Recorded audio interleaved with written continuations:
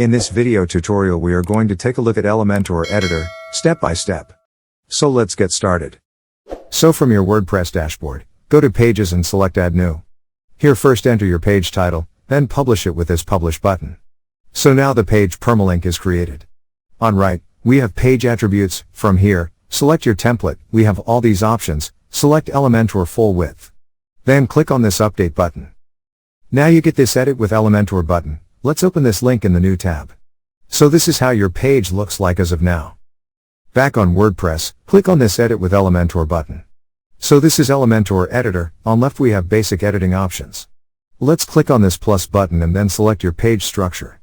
We have all different columns options. Let's select one, and here you can see that your page is divided into these columns. On left we have this layout panel. Let's open it fully, and here we have on top these elements.